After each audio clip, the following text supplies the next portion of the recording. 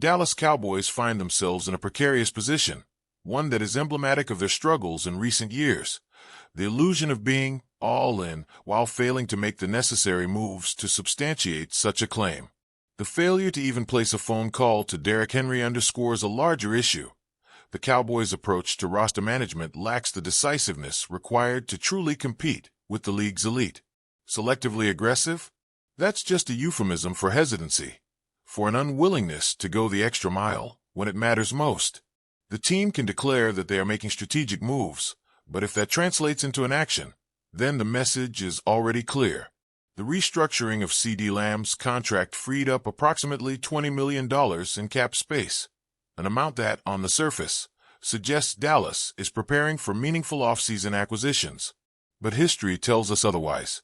Jerry Jones has long been enamored with collecting star power, yet constructing a Super Bowl-caliber roster requires more than just big names.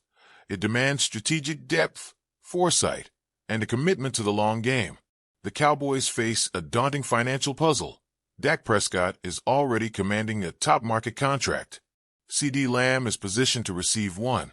Micah Parsons is on track to become the highest-paid non-quarterback in the NFL. Osa Odigizua has already secured a substantial payday. With all these financial commitments, the looming question remains: how will Dallas afford to address their glaring roster deficiencies? Many hold an idealized perception of this Cowboys team, failing to acknowledge the exodus of key players and the mounting uncertainties. Zach Martin, a pillar of the offensive line, has retired. DeMarcus Lawrence, a cornerstone of the defense, is now a free agent. Leading rusher Rico Dowdle is on the market. Promising linebacker DeMarvion Overshown suffered a devastating knee injury, rendering him an unreliable asset for the upcoming season. Veteran cornerback Jordan Lewis, a respected presence in the locker room, is also set to test free agency. These losses compound an already challenging situation where several critical contributors are entering contract years, further complicating the team's long-term financial planning. Even with the newfound cap space, there is little confidence that Dallas will utilize it effectively. Their recent history suggests they are more inclined to delay, to procrastinate, rather than to take proactive measures.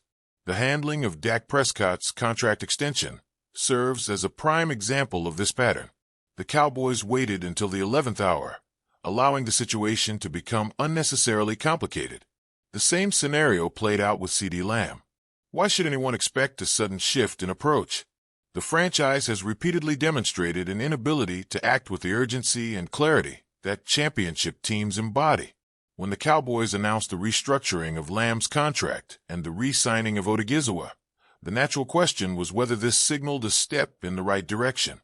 Yet, there remains no tangible indication that Dallas is any closer to building a legitimate contender than they were last season. Freeing up cap space is one thing, but what matters is how that space is utilized. Will they address the offensive line deficiencies?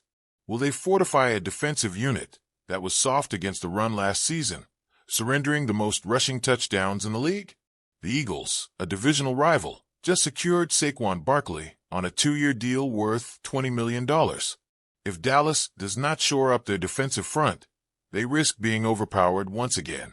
For years, the Cowboys have operated under the belief that keeping their core intact equates to sustained competitiveness.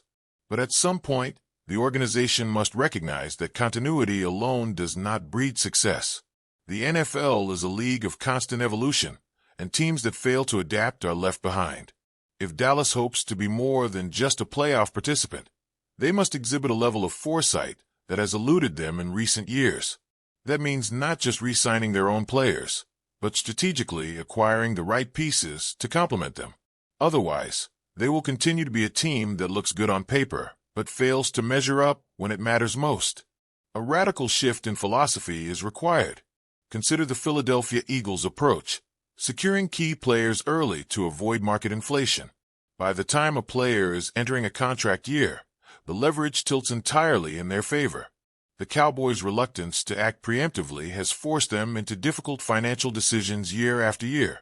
Tyler Smith, Jake Ferguson, Darren Bland, Donovan Wilson, and Cavani Turpin are all approaching contract negotiations.